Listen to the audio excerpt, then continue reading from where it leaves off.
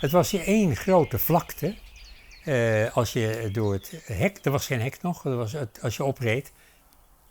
Het was dus zeg maar door de Bond van Volkstuinders en de gemeente was dat complex hier aangelegd. Hè? Dus zeg maar zwarte grond en sloten waren er gegraven. En het was één zwarte vlakte, net Hiroshima. En je kon eigenlijk alleen met laarzen kon je eigenlijk je grond binnenkomen. Want je zakte gewoon nog weg. Alleen de paden, daar lagen sintels op. En er waren 7 waterpunten over het hele complex. Dan kon je water halen, zeg maar.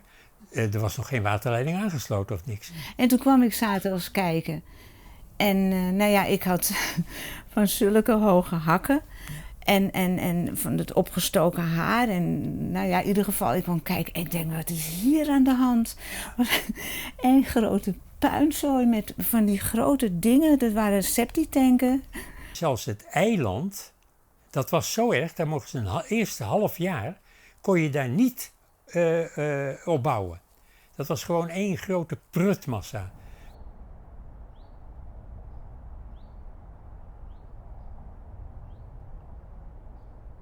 Hallo, mijn naam is Hans Blom. Ik ben tuinder op dit prachtige volkstuinpark Lissabon.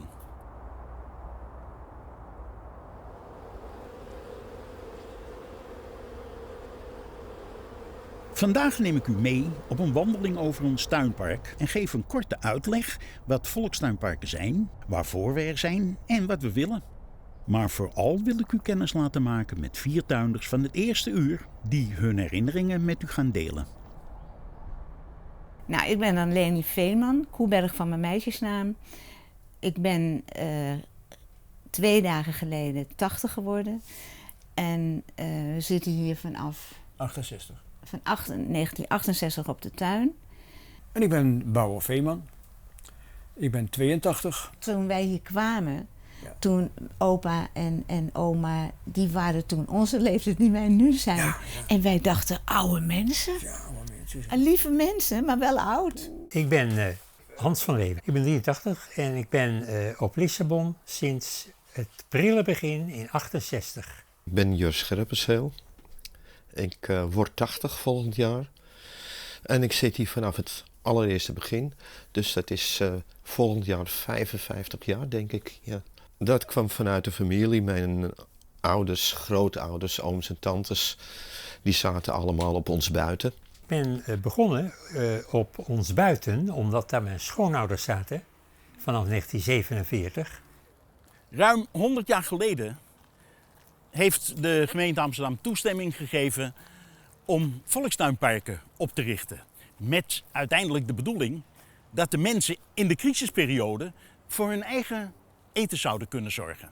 Eigenlijk was het ook armoedproef in die tijd nog, natuurlijk in 47.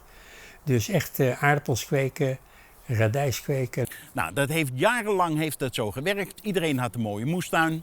En toen kwam er een moment dat de mensen zeiden, ja, maar we willen ook wel heel veel planten. En we willen veel bloemen en we willen bomen.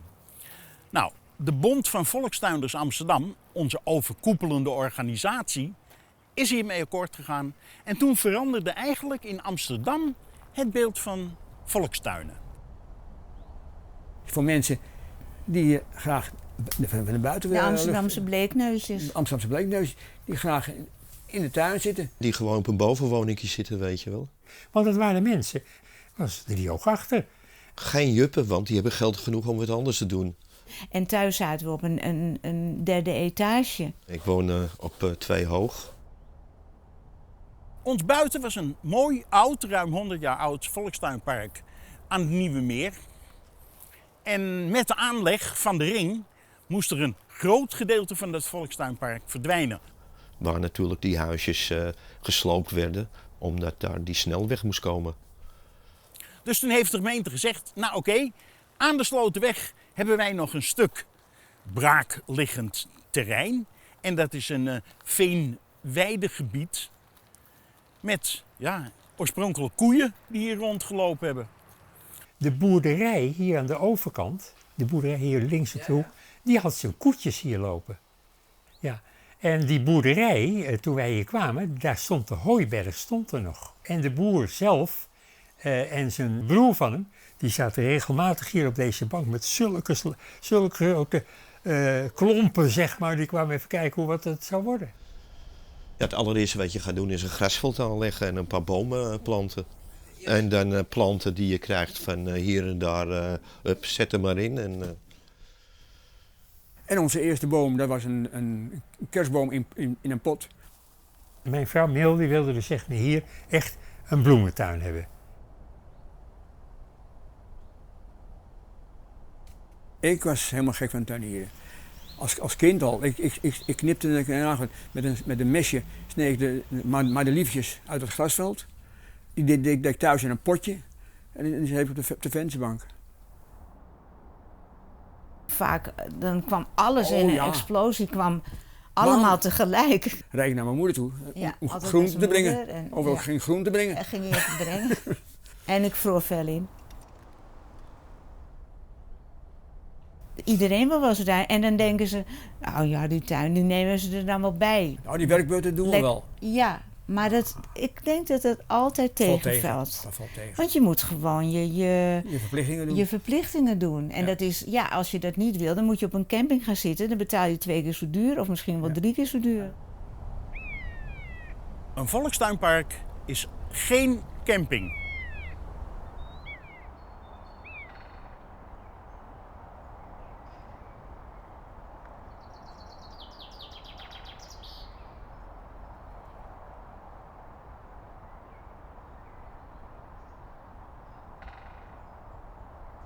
Het Volkstuinpark Lissabon is een wezenlijk onderdeel van de Bond van Volkstuinders Amsterdam. Wij houden ons dus aan de regeltjes die de bond heeft gesteld. Daarnaast hebben we onze eigen regels waar tuinders van geacht worden zich daaraan te houden. Toen het hier dus opgeleverd werd, toen kregen we van ons buiten kregen we een bericht dat er een vergadering was in de Elietwijkerstraat en dat daar een bestuur gekozen moest worden. En daar gingen een aantal mensen naartoe, zeg maar, die hier een tuin hadden. En toen moest er een voorzitter gekozen worden, een secretaris en een penningmeester. En niemand stond op. En toen werd er gezegd, denk erom, er moet een voorzitter komen, er moet een secretaris komen en er moet een penningmeester komen. Wij zijn weggegaan en de volgende week, daarna of een week, 2 weken, moesten we opnieuw komen. En toen heb ik me toch maar opgegeven onder dwang, zeg maar. Ja, als secretaris. Hans heeft ook in het bestuur gezeten, Hans van Leeuwen. Toen hadden wij een groencommissie.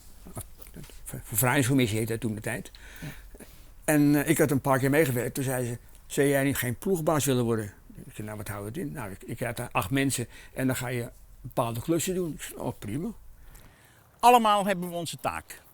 Niet alleen de mensen achter het buffet in onze kantine en de voorzitter, secretaris en penningmeester of de mensen die zorgen voor de verfraaiing van de tuin. Iedereen heeft zijn taak, wat resulteert in 1 keer in de 4 weken op zaterdagochtend tussen 9:30 en 12 uw zogenaamde werkbeurt doen.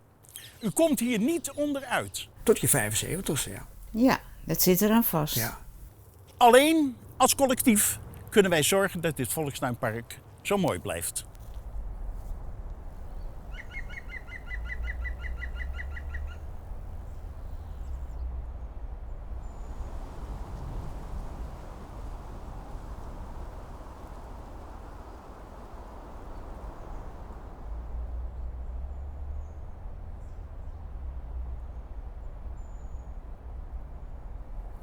Als ik zo in het verleden keek naar het zuiden, dan zag ik het talud.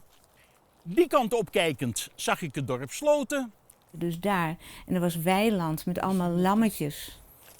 En die kant opkijkend, ja, dan keek ik richting Amsterdam-Zuid, Olympisch Stadion. Hier vandaan was het Olympisch Stadion prima te zien. Nou, zo ben ik hier begonnen op een kale lap grond.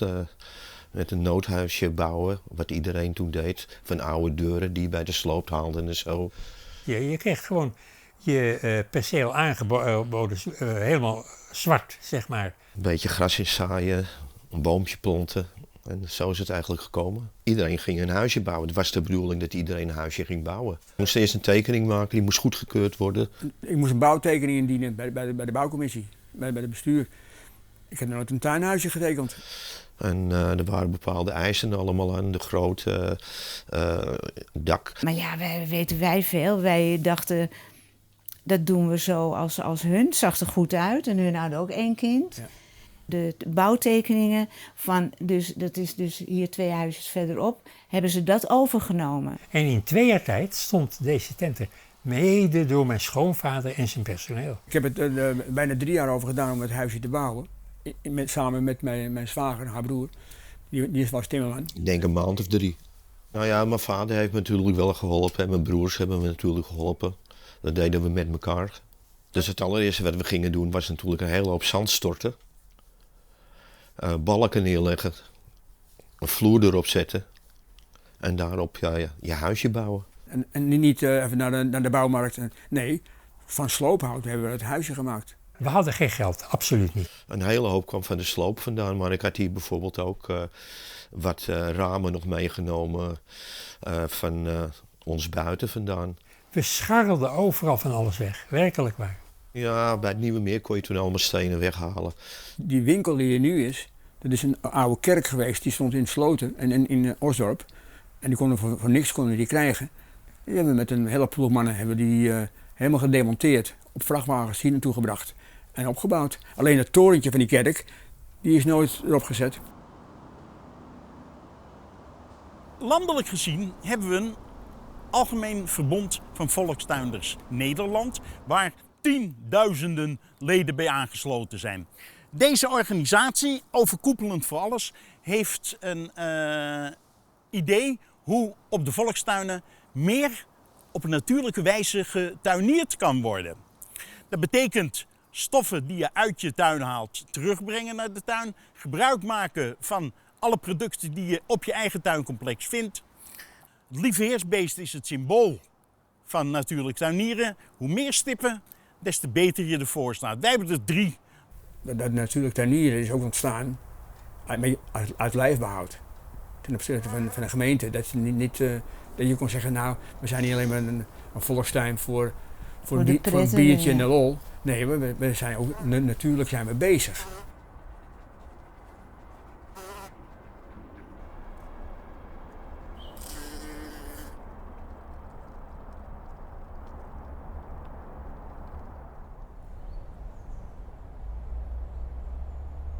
Een klein voorbeeld van zo'n natuurlijk tuinierenprojectje is deze kruidentuin. Een losgestapeld muurtje, afkomstig van materialen die gewoon bij iedereen op de tuin wel rondzwerven. De planten die we gebruikt hebben, dat zijn speciale vetplantjes. Kunnen heel mooi droog staan, komen de winter door, gebeurt niks mee.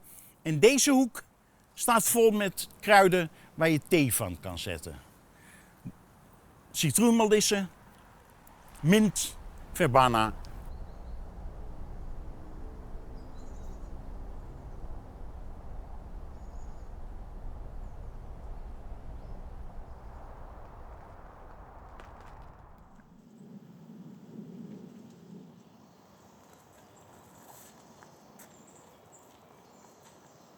Wij hebben een heel speciaal maaibeleid. Slechts 1 keer per jaar worden deze gebieden gemaaid. Het gevolg is dat alles wat maar wil groeien, hier mag groeien.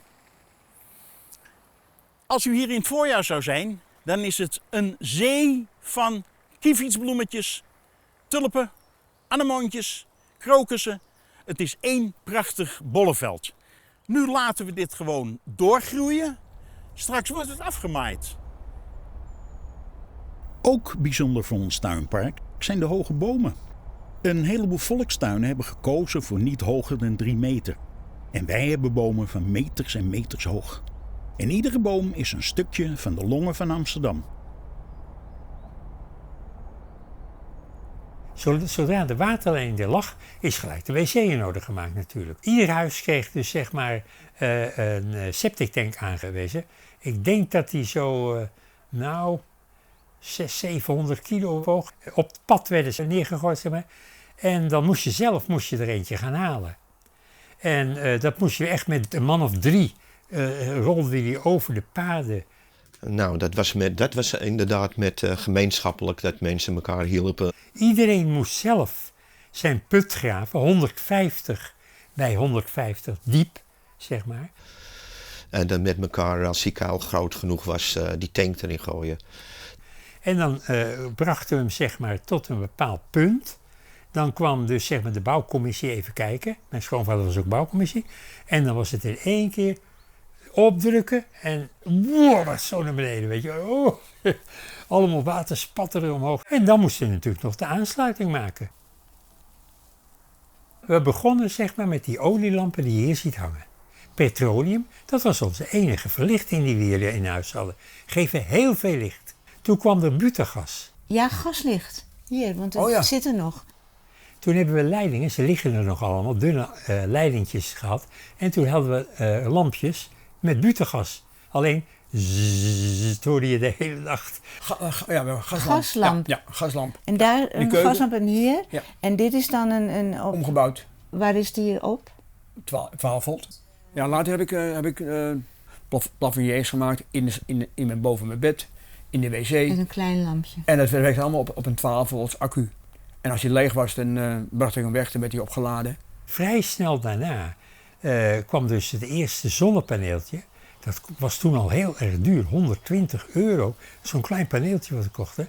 En toen zijn we dus overgegaan op het zonnepaneel. Koelkast hadden we niet. Dat is dus als je de deur daar open doet, dan is er een luik, dat doe je open. En dat was onze koelkast.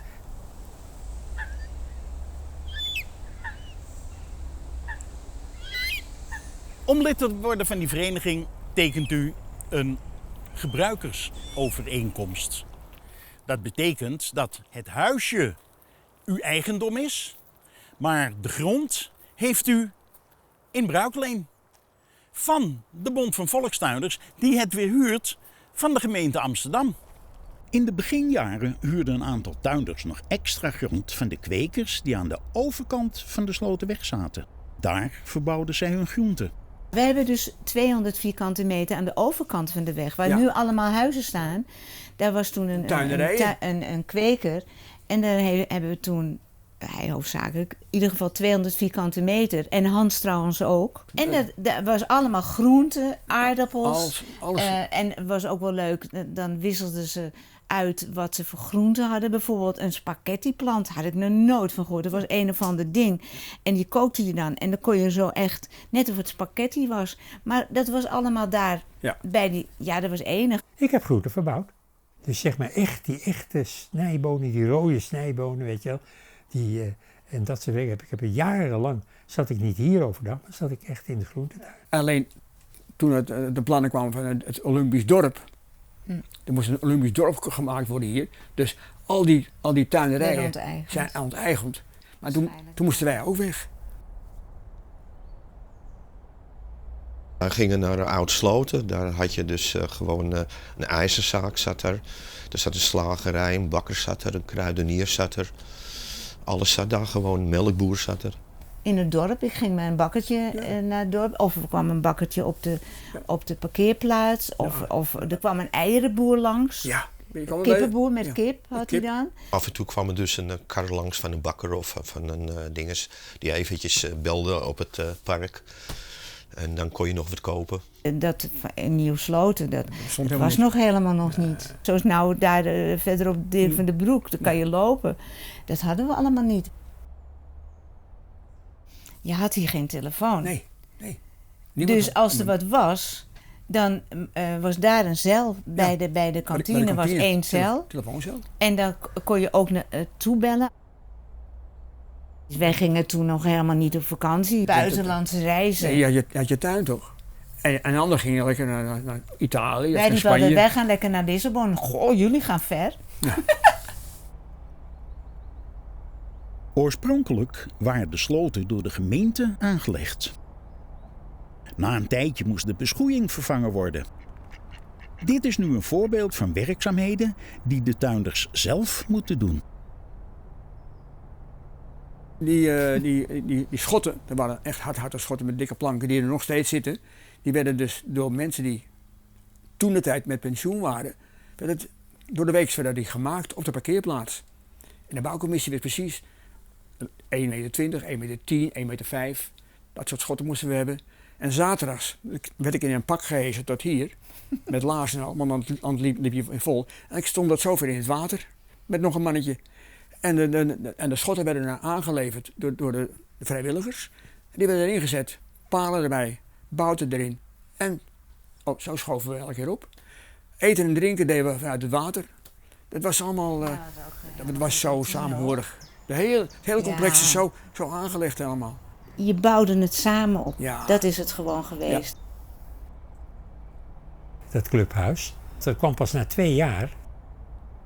Er kwam een grote Magirus Dutch, zo'n hele oude auto kwam eraan, met een heel clubhuis erop. En het werd dus in elkaar gezet daar.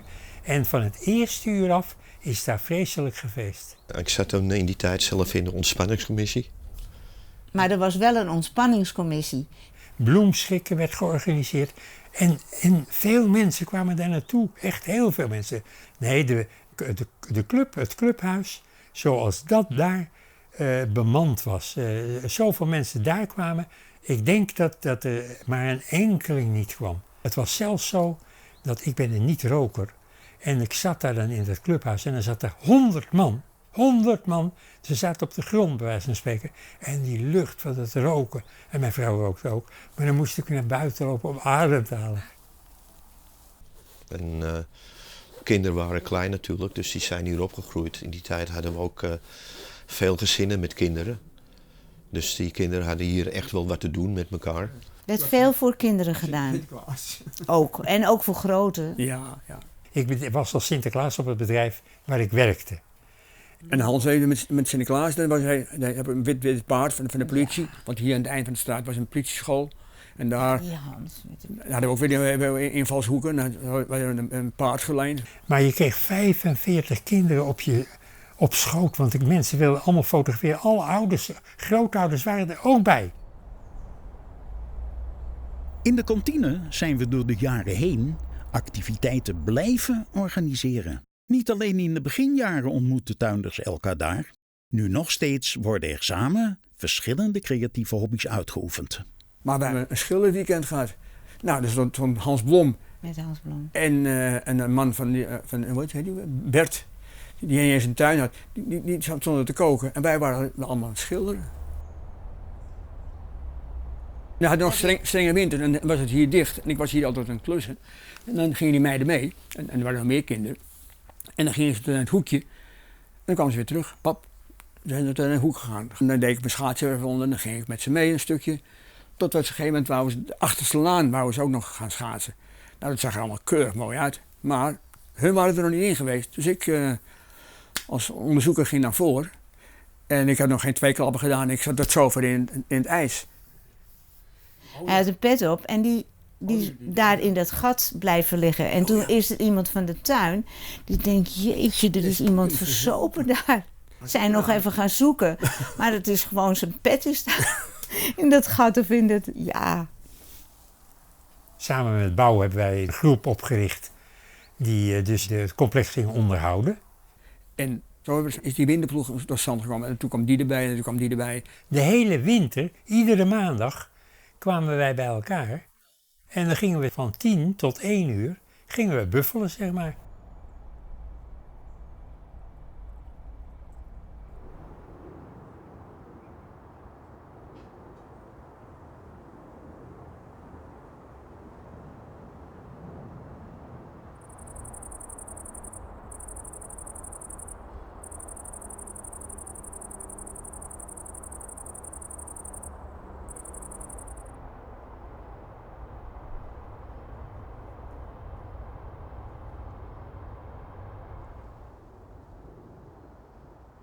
Ik vond eigenlijk een tuin maar helemaal niks. Ik was veel meer bezig met de rock'n'roll en met mijn motor en alles dan een tuin. Nooit heb ik op één moment in de aarde gezeten. Maar Millie, mijn vrouw, en die was gewend om zeg maar in de aarde te werken. En toen het zover was dat zij ook zo graag een tuintje wilde. en er toevallig een huisje vrij kwam naast opa en oma, toen heb ik me heel erg moeten bedenken. Maar ja, ik denk, ja, ik ga het proberen. En ik ben eigenlijk omgeslagen aan een blad en een boom. Je had het idee dat je hier toch, ja, je zit als in het paradijs.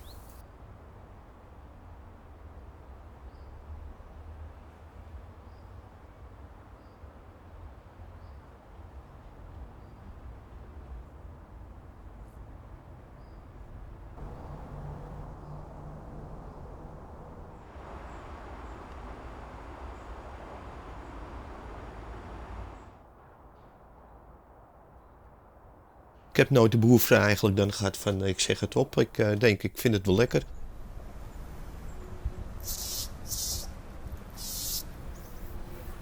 Ik heb het naar mijn zin.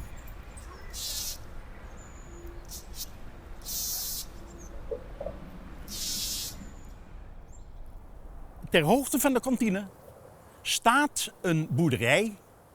En daar is met grote smeedijzeren letters aan de poort gezet Lissabon.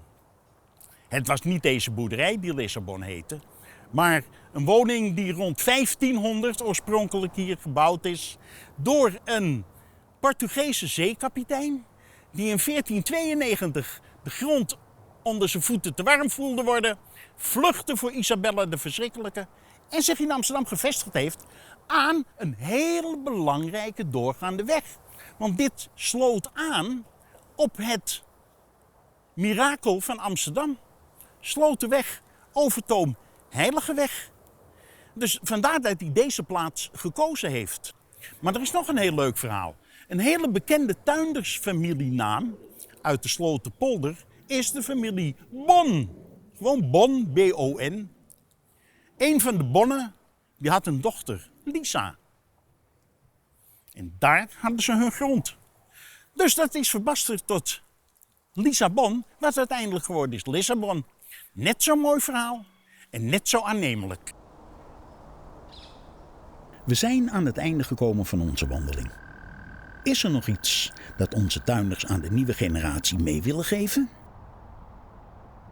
Aardappels rooien is mooi. Als je dan zo met zo'n soort vork, wat heet het, Griek? Of riek. Dat je zo, en dan doe je zo en dan ligt dat helemaal met aardappels. Ja. Het is net goud wat je naar boven haalt. Ja.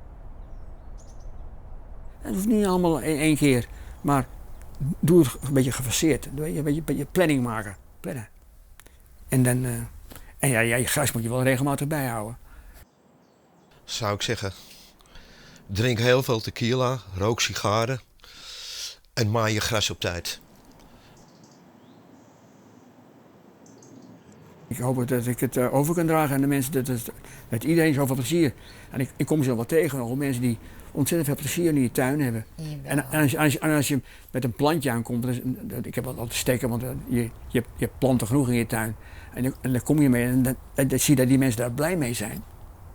De buur van de overkant zei, die snijbonen van jou, die zijn toch zo lekker. Heb ik ooit een keer een paar bonen gegeven. Ik zeg, die moet je volgend jaar gebruiken. Er zit er geen draadje of niks aan. Hele zachte snijbonen. Ze had het vanmorgen uit de weer over. Die bonen van jou zijn zo lekker. Ik zeg, en als je nou slim doet, dan laat je de laatste 3, 4 laat je hangen. En die laat je vol groeien. Dan heb je bonen voor het jaar erop. Dan heb je je eigen bonen. En als je te veel hebt, deel ze uit.